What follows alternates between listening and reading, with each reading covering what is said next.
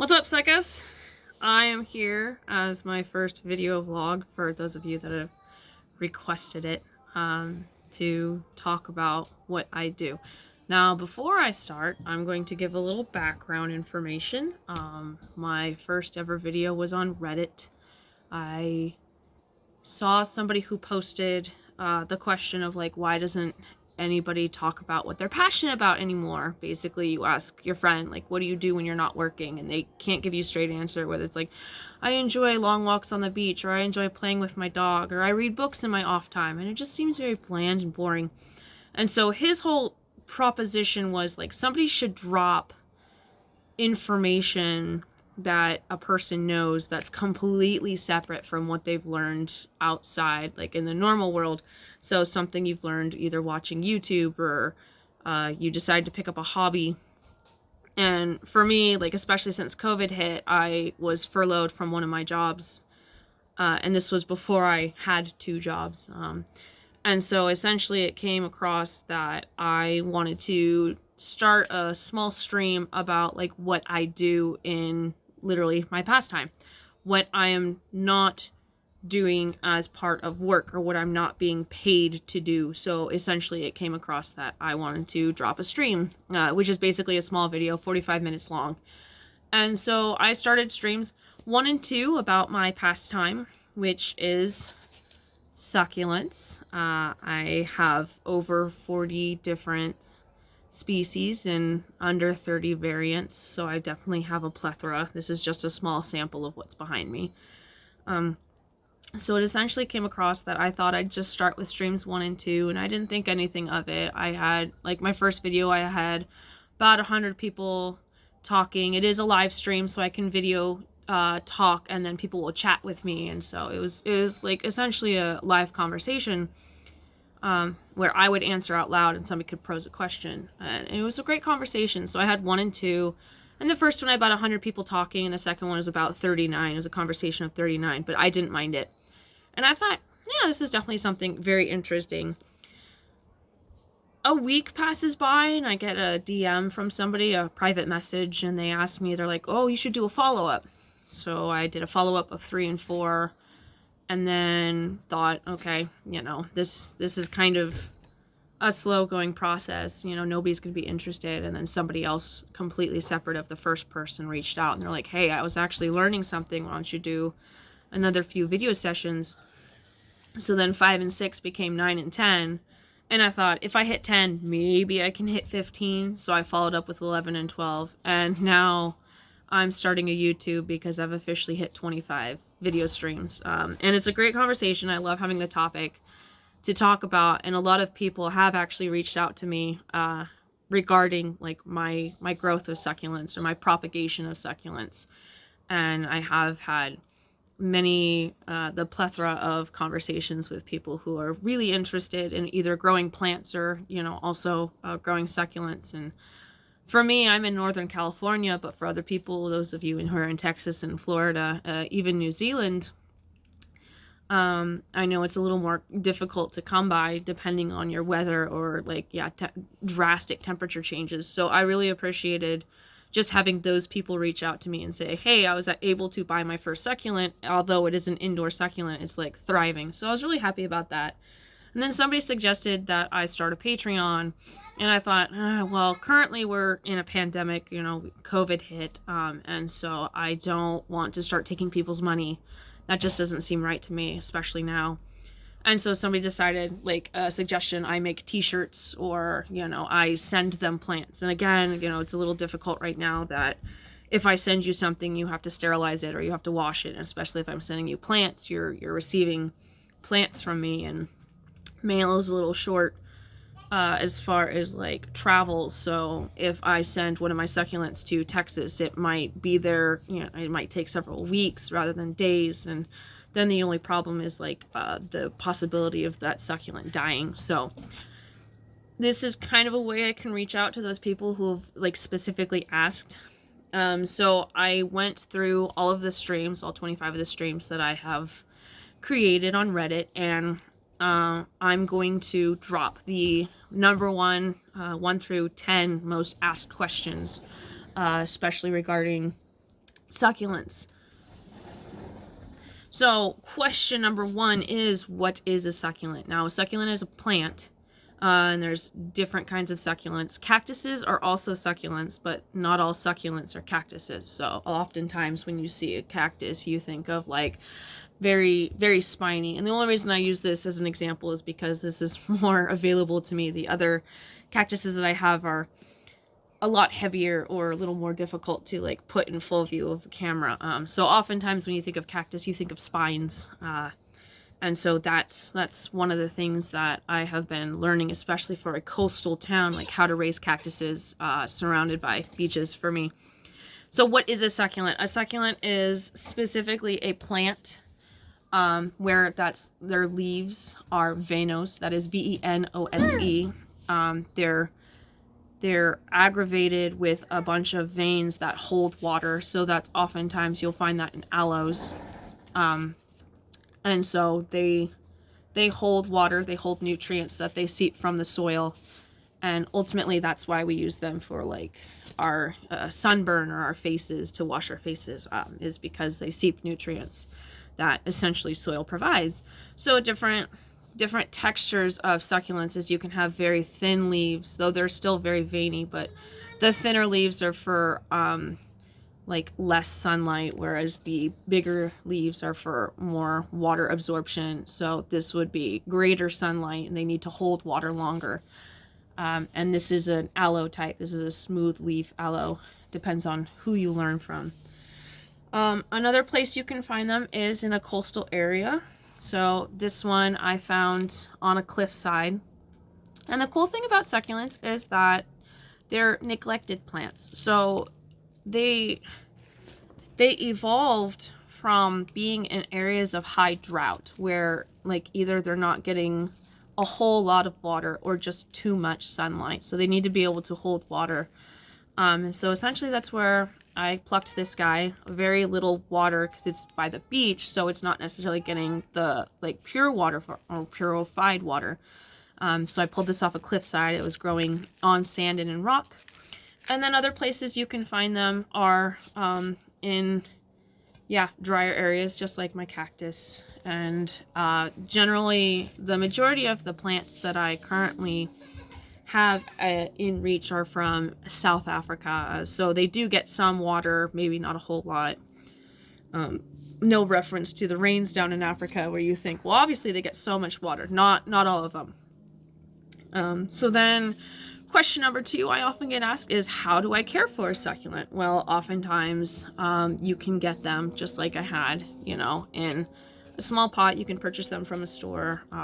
You can also, generally, some of the succulents that I own, I've received or purchased from a woman who grows them in her garden. And so she was the type of person who went out and either purchased them as for herself, or she sometimes, very rarely you can find seeds for these guys. There are different species that you can generally get seeds for, but not all of the succulents are flowering plants, so oftentimes they won't have seeds that you can pull. So number 1 for how to care for is have the appropriate soil. It's a succulent cactus palm soil. It's specifically designed for succulents, so water absorption is not fully necessary because the succulents will automatically absorb the water into their roots. So oftentimes it's a seeping soil. So whatever you water into the soil, it will more than likely go to your succulent.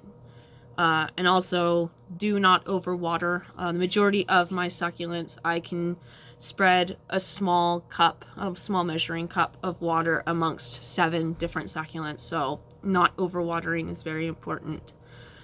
How to hunt or find them. Oftentimes, yes, you can go to the store. You can, right now, crazy enough, you can find them on Amazon. Other places you can find them are in desert-like towns, such as this or my other cactus. You can also get some seedlings for specific ones. Like I said, I live in a coastal town, so I was able to climb a rock face, a cliff for this guy. And so you can find them in various places, usually plant stores. And the number one thing that I suggest for people who purchase them from plant stores is to bring them home, put them in a brand new pot and brand new soil, and allow them to dry for a couple days. Like, do not water them yet. And then when the soil is completely dry, or the roots are completely dry, you will then be able to water it. Currently, I have a succulent that I purchased from a store. It came in a bundle of 5, and I only have 1 left because they watered it every day and then they left it out, not available for full sunlight. So essentially what happened is that it just kind of sat in a puddle, and then this puddle created a mushy subtexture on the roots, and now the roots are completely disassociated and gone from the original succulent. But again, the interesting part about succulents is they don't necessarily need roots to thrive or survive.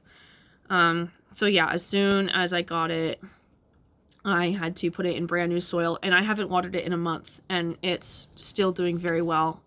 So I'm just waiting a little bit longer for the entire underside to turn black, and then I will be able to start watering it, and it will start reproducing its roots.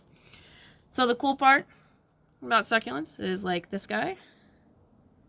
Not very good with zooming. So there's little tiny rootlets at the end of this guy.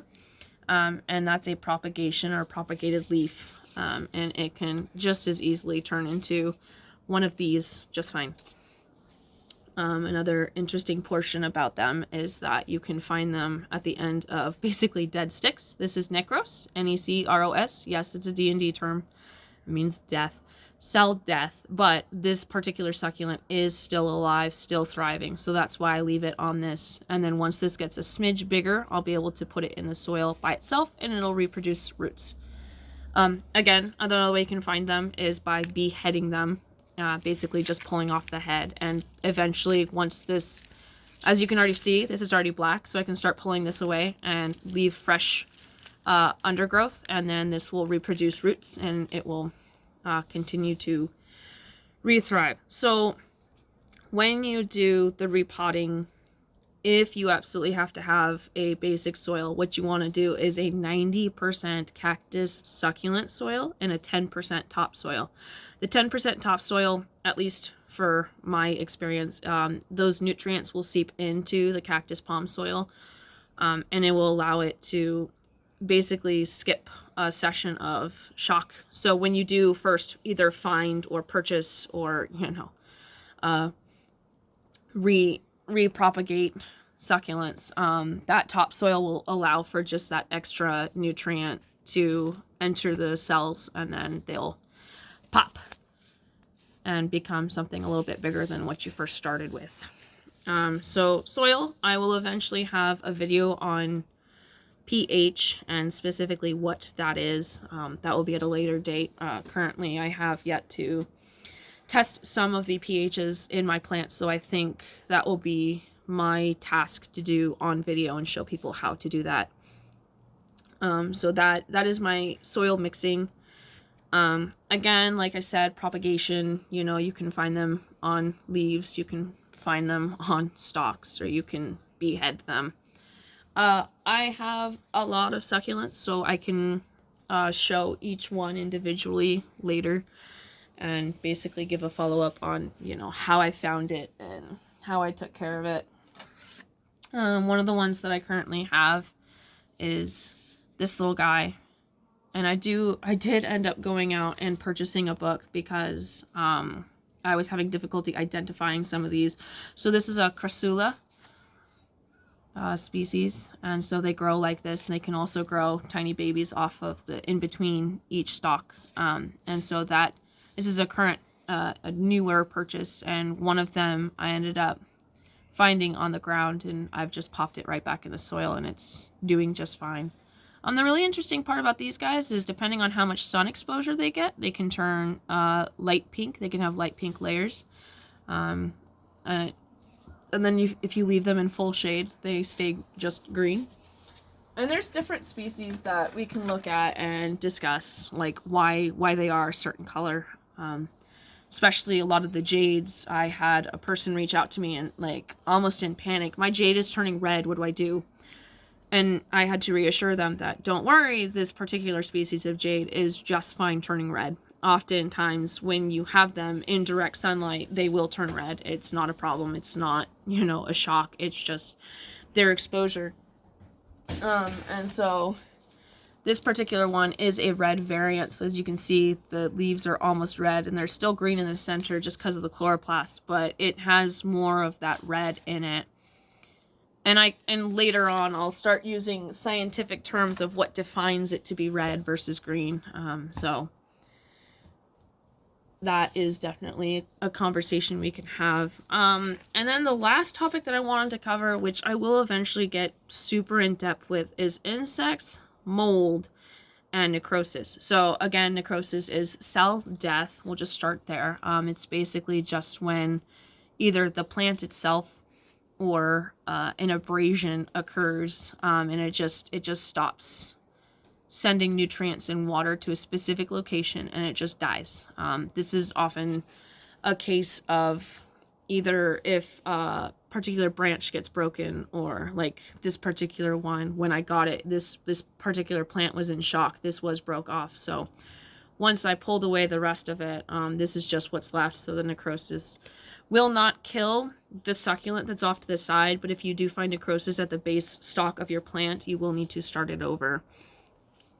Mold is often a thing that I encounter either in my normal succulents or just on the leaves themselves. It just means that you've put water on the leaves and let it sit for a little too long.